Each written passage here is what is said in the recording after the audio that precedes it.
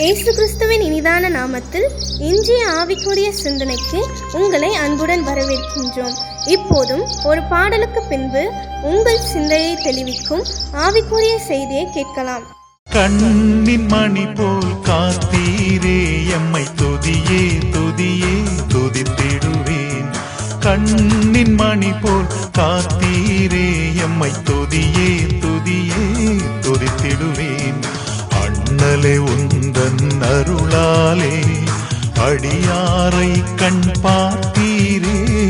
அண்ணலே உந்தன் அருளாலே அடியாரை கண் பார்த்தீரே. மன்னாயமக்கும் நீர்தாமே, மன்னாயமக்கும் நீர்தாமே, என்னாலும் எங்கள் துணை நீரே. தோத்திரம் துதி பாத்திரா உம்மை இன்றும் என்றும் துதித்திடுவேன். தோத்திரம் துதி பாத்திரா உம்மை இன்றும் என்றும் துதித்திடுவேன். ஆண்டவர் இரட்சகருமாக இயேசுவின் இனிதான நாமத்தினால் உங்களை வாழ்த்துகிறேன். இதனால் நம்முடைய ஆவிக்குரிய சிந்தனைக்காக 2 ராஜாக்களின் புஸ்தகம் 3ஆம் அதிகாரம் 22ஆம் வசனத்தை நான் வாசிக்கிறேன்.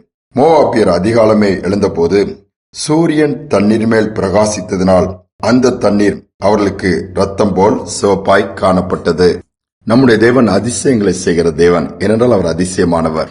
நேற்று தினத்தில் நாம் பார்த்தோம், மோவாபியர் ஒரு பக்கம் மறுபக்கத்திலே இஸ்ரவேலின் ராஜா, யூதாவின் ராஜா, யோதமின் ராஜா யுத்தத்துக்கு நிற்கும் பொழுது தண்ணீர் இல்லாமல் வனாந்தரத்திலே அந்த 3 ராஜாக்களுடைய ராணுவ வீரர்கள் எல்லா மிருக ஜீவன்கள் சாகுற நிலைமையிலே ஆண்டவர் ஒரு அதிசயத்தை செய்து அந்த பள்ளத்தாக்கிலே தண்ணீர் நிரம்பும்படியான காரியத்தை செய்கிறார். தண்ணீரை குடித்தார்கள், பலனுள்ளவர்களாய் மாறிவிட்டார்கள்.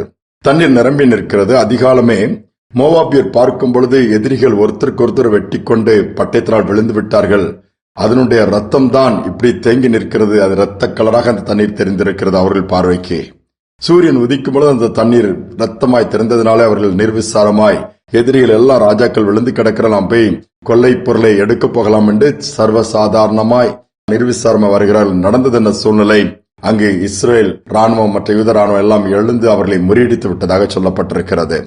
பாருங்கள், சில நேரம் சத்துருக்களின் பார்வைக்கு நம்ம சாதாரணமா ஒருவேளை விழுந்தது போல முடிந்தது கதை என்று சொல்லி கூட தோன்றலாம். அற்பமா எண்ணி காரியங்களை செய்து விடலாம். அநேக இடத்தில் பார்க்கிறோம், இவன் அடித்தால் யார் கேட்க முடியும், வில்குரதமா இந்த காரியத்தை கேட்க ஒருத்தருமே கிடையாது என்று சொல்லி துணிகரமாய் கை வைப்பார்கள், துணிகரமாய் குற்றம் சாட்டுவார்கள், துணிகரமாய் வேலையை விட்டு நீக்குவார்கள், துணிகரமாய் பாதகங்களை ஏற்படுத்துவார்கள். கர்த்தர் பட்சத்தில் இருக்கிறது அவர்கள் பார்வைக்கு தெரியாது. கை வைத்த பின்புதான், ஐயோ தவறாக வல்லவா நான் முடிவெடுத்து விட்டேன், தவறாக வல்லவா அந்த காரியத்தை தொடங்கிவிட்டேன் என்று சொல்லி தத்தளிக்கிற ஒரு சூழலை ஏற்பட்டுவிடும். முடிவு பரிதாபமான ஒரு நிலைமையை மாறிவிடும். இப்படித்தான் நம்முடைய தேவன் நமக்கு ஆதரவாக இருந்து சத்துருக்களின் காரியங்களில் குழப்பத்தை ஏற்படுத்தி அவர்கள் மடிந்து போகத்தக்கதாய் நம்முடைய கையில ஒப்புக் கொடுப்பார். டேவிட் பெர்னாய்ட் பார்த்தோம், செவிந்தியர் மத்தியிலே ஒளிஞ்சு போன ஒரு வாலிபன். அங்கு குடிசை போட்டு அங்கு போகும்பொழுதுதான் பாம்பு அவனை கொத்த வந்தது. அந்த பாம்பு அதனால் கொத்தாமலே பாதிப்பை ஏற்படுத்தாமலே திரும்பி போய்விட்டது. சுற்றிலும் அடிதடியோடு கொல்லும்படியாக வந்த அந்த செவிந்தியர் கூட்டம் இதை பார்த்து கொண்டே இருக்கிறது. அடுத்து என்ன நடந்தது? டேவிட் பெர்னார்டுக்கு எதுவுமே தெரியவில்லை. அவன் கண்களை மூடி அந்த குடிசைக்குள்ளே பல மணி நேரம் ஜெபித்து இந்த பாம்பு வந்தது, இந்த ஜனங்கள் சூழ்ந்து நிற்கிற ஒரு காரியம் ஒன்றுமே தெரியாது. ஜெபித்து அந்த குடிசையை விட்டு வெளியே வரும் பொழுது சூழ்நிலை தலைகளாய் மாறி இருக்கிறது. தாக்கும்படியாக கொண்டு வந்த ஆயுதங்களை எல்லாம் அவர்கள் கீழே போட்டுவிட்டு இவன் முன்பாக விழுந்து இவனை பணிந்து கொள்ளத்தக்க தாழ்த்தி இவன் ஒரு பெரிய தெய்வ பிறவி என்று சொல்லி பார்க்கிற அளவுக்கு சூழ்நிலை கர்த்தர் மாற்றிவிட்டார். ஏன்? அவர்கள் பார்க்கிறார்கள், இவனை அழித்து விட வேண்டும் என்று சொல்லி நாம் வந்தோம், ஆனால் அந்த பாம்பை இவனை அழித்து விடும் என்று நினைத்தோம். ஆனால் அந்த பெரிய பாம்பு கூட இவனை பார்த்து அப்படியே பயந்து ஒதுங்கி போகிறதே, இவனுக்கு ஏதோ ஒரு வல்லமை இருக்கிறது, ஏதோ ஒரு காரியம் இருக்கிறது என்று சொல்லி அந்த கூட்டமே இவனுடைய வார்த்தையை கேட்பதற்கு ஆயத்தமாகிவிட்டார்களாம்.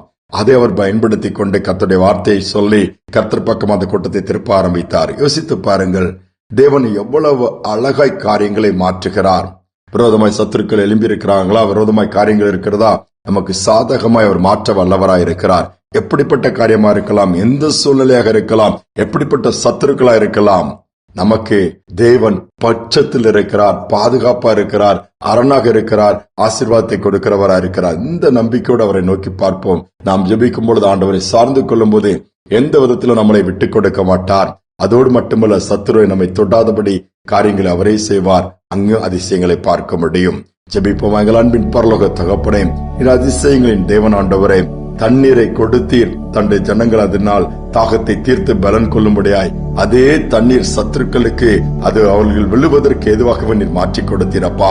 இவ்விதமாகவே நீர் கிரியை செய்கிற தேவனாய் இருந்து சத்துருவை ஜெயிக்கும்படியான பாக்கியத்தை கொடுத்திருப்பதற்காய் ஸ்தோத்திரம். இதனாலும் சுற்றிலும் சத்துருக்கள் சூழ்ந்திருக்கிறார்களே, சுற்றிலும் நெருக்கத்தில் இருக்கிறோமே, என்ன செய்வதென்று தத்தளிக்கிற பிள்ளைகளை நீர் கண்ணோக்கி பார்த்து அப்பா நீர் அற்புதத்தை செய்து எல்லாவற்றிலும் ஜெயம் கொள்ளுகிறவர்களாய் மாற்றுவீராக.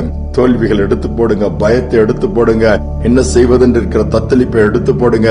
நீங்க ஒவ்வொரு பிள்ளைகளோடு கூட இருக்கிறது இந்த நாட்களில் காண்பிப்பீராக. நான் மட்டும்தானே போராடுகிறேன், உண்மை உத்தமா இருந்த எனக்கு என்ன பிரயோஜனம், எவ்வளவு கஷ்டப்பட்டு எனக்கு பிரதிபலன் இல்லாமல் போய்விட்டது, எல்லா பக்கங்களும் எதிர்ப்பு தான் என்று சொல்லி அங்கலாய்க்கிற பிள்ளைகளுக்கும் இந்த நாளில் கூட இருந்து சூழலை மாற்றுவீராக.